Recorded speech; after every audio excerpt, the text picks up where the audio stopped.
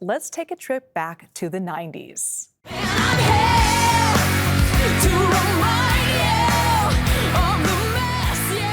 know this song. That's right. You ought to know Alanis Mourrisette's 1995 album, Jagged Little Pill, one of the top 20 best-selling albums of all time. Now the award-winning Broadway show featuring Mourisette's music is here on stage in San Francisco. And tell us all about it is cast member Dillon Klena, who plays Nick Healy. Thank you so much for joining us on Bay Area Focus. No, thank you for having me, Elizabeth. Thank you. All right, so tell us about your character.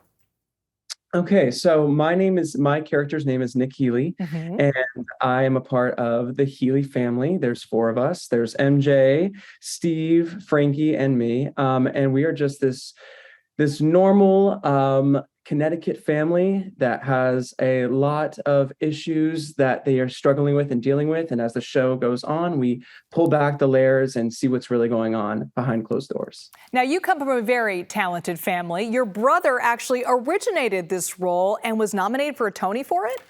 Yes, yeah. My brother Derek, he played the role on Broadway, and it's been such a wonderful experience getting to work with this team and having him be my inspiration for the role, as well as finding similarities between each of us. It's been it's been a great time, and his wisdom and guidance for me has been really wonderful. This musical has received amazing reviews. Now, I grew up listening to Alanis Mourrisette. I had to hide my CD from my mom because she thought it was just a little too risky for that. But what was it like for you kind of reimagining these songs into this musical?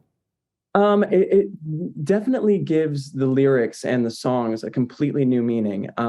It's a new story, so it's not Alanis Morissette's story. It's a story written by Diablo Cody, who wrote scripts for movies like Juno and Jennifer's Body. And so it has this witty, dark sense of humor, but also gravitates towards this emotional vulnerability that's so important.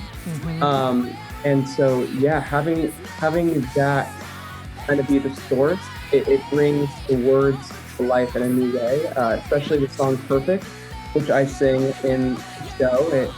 It gives my character a place of discovering who he really is and the troubles and tribulations that he went through in his life being a teenager. I remember when the album came out, and it was so revolutionary back when Jagged Little Pill was released. I remember, there were swear words in the album, which was very risque at the time.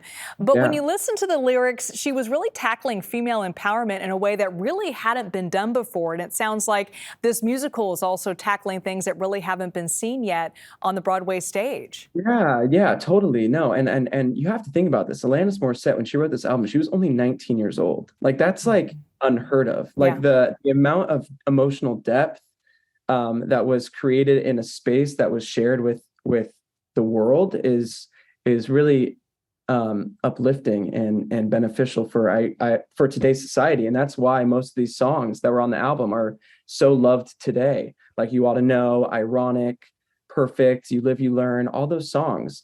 But yeah, it's the show really does deal with many of the systemic issues that we are dealing with in this country, with race and gender identity and just it holds a mirror up to society so that we can learn and grow and move forward together as a unit. I'm just thinking of her songs too from a physical standpoint. These are all powerful, super vocal songs. I mean, you really have to dig deep for all of them. What was it like preparing for that? Did you have to get in shape to do this role, so to speak, at least vocally?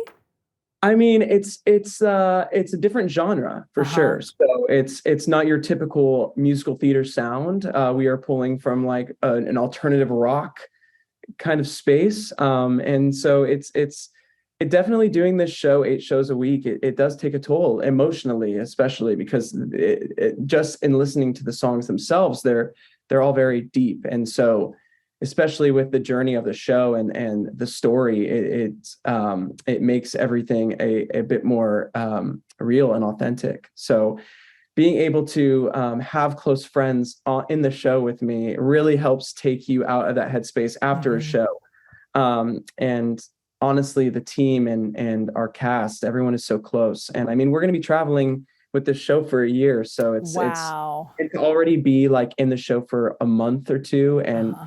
having such close relationships with each other, it's really wonderful. That must be very special. Now, I'm curious, have you met Alanis? Have you gotten her perspective and feedback on Yeah. the Broadway show? Yes. So we in LA, so we opened officially in LA. And so Mm-hmm. she came to opening night, and that was really wonderful. But here in San Francisco, we got to actually have a meet and greet with her, and we were able to ask questions about her album or anything that we had specifically with the show, and hearing her insight on where her headspace was and how she evolves as a human as well as an artist throughout these recent years has been really, it was really wonderful to get her perspective and to see how her mind works. And she's just such a caring, giving person, but she's really well at receiving as well. She's really good at receiving what you have to say, and she takes everything in. And no, she's a light of a human being. She's amazing. Oh, what a special opportunity for you. And the show is just incredible. And I can't wait to see you in it. And you also at home can see him in it. Don't miss Broadway SF's Jagged Little Pill on stage now at the Golden Gate Theater in San Francisco through November 6th. For tickets and information, visit BroadwaySF.com. Thanks so much for joining us.